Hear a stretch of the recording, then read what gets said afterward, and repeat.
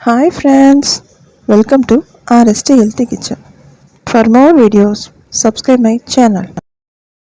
Hi friends, இன்றைக்கி பார்க்க போகிற ரெசிபி வந்து கேரட் அல்வா. இது எல்லாருக்குமே பிடிக்கும்.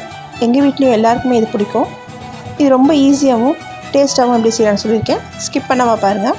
என் சேனலை ஃபஸ்ட் டைம் பார்க்குறீங்கன்னா என் சேனலை சப்ஸ்கிரைப் பண்ணிக்கோங்க. பக்கத்தில் இருக்க பெல் ஐக்கானை கிளிக் பண்ணிக்கோங்க. அப்போ தான் நான் போடுற வீடியோஸ் உங்களுக்கு நோட்டிஃபிகேஷனில் வரும். இப்போ வாங்க வீடியோக்குள்ளே போகலாம்.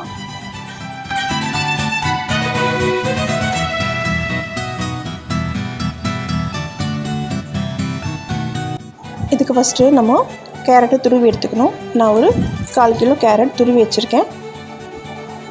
ஒரு ஸ்பூன் நெய், 2 டேபிள் ஸ்பூன் எண்ணெய் சேர்த்துட்டு கேரட் நம்ம நல்லா வதக்கி எடுத்துக்கலாம்.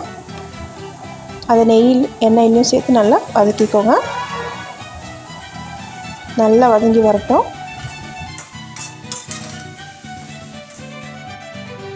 அரை கப் பால் சேர்த்துக்கிறேன்.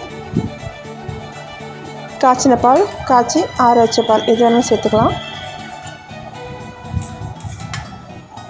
நான் தண்ணி ஊற்றாமல் திக்காக சேர்த்துக்கோங்க.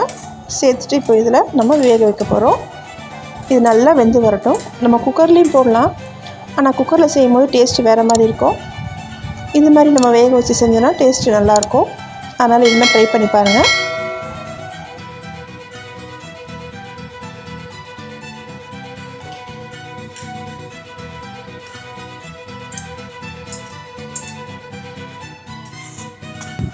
இப்போ நல்லா வெந்து வந்திருக்கு.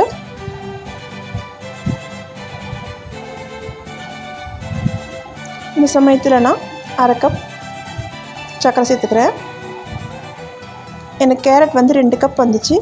நான் அரை கப் சர்க்கரை சேர்த்துருக்கேன். உங்களுக்கு சர்க்கரை அதிகமாக வேணால் கொஞ்சம் ஒரு 2 ஸ்பூன் அதிகமாக சேர்த்துக்கோங்க. ஆனால் இதே கரெக்டாக இருக்கும். சேர்த்துட்டு நல்லா கலந்துக்கோங்க. கலந்திங்கன்னா அந்த சர்க்கரைலாம் வந்து மெல்ட் ஆகி அதுவும் கொஞ்சம் தண்ணி பதத்துக்கு வரும். அடுப்பை வந்து மீடியம் ஃப்ளேம்லேயே வச்சு கைவிடாமல் கலக்குங்க. நல்லா கைவிடாமல் கலக்கிட்டே இருந்தீங்கன்னா அது திக்னஸ் ஆகும். இப்போ பாருங்கள், நல்லா திக்காக வந்துடுச்சு. இப்போது கொஞ்சமாக ஏலக்காய் தட்டி நான் சேர்த்துருக்கேன். சேர்த்துட்டு நல்லா கலந்துக்கோங்க.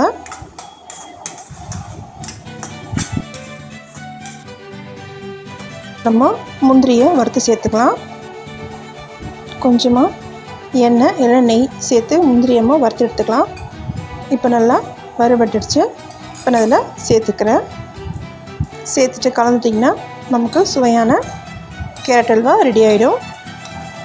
இதை உங்கள் வீட்டில் செஞ்சு பார்த்துட்டு உங்களோட ஃபீட்பேக் சொல்லுங்கள். இது ஸ்கூல் போயிட்டு வர பசங்களுக்கு ஈவினிங் ஸ்நாக்ஸாக கொடுத்திங்கன்னா ரொம்ப ஹெல்த்தியாகவும் இருக்கும். பசங்களை விரும்பி சாப்பிடுவாங்க. என் வீட்லேயும் என் பசங்களுக்கு ரொம்ப பிடிக்கும். இதை செஞ்சேன்னா 10 நிமிஷத்தில் காலி ஆகிடும். இந்த கேரட் அல்வாவில் கொஞ்சமாக பால் சேர்த்து, காய்ச்சின பாலை சேர்த்து கலந்துட்டு பாயசம் மாதிரி சாப்பிட்டாலும் நல்லாயிருக்கும். என் பொண்ணும் இப்படி தான் சாப்பிடுவான். நீங்களும் ட்ரை பண்ணி பாருங்கள். இந்த வீடியோ உங்களுக்கு பிடிச்சிருந்தா என் சேனலை லைக் பண்ணுங்கள், ஷேர் பண்ணுங்கள், கமெண்ட் பண்ணுங்கள். தேங்க்ஸ் ஃபார் வாட்சிங்.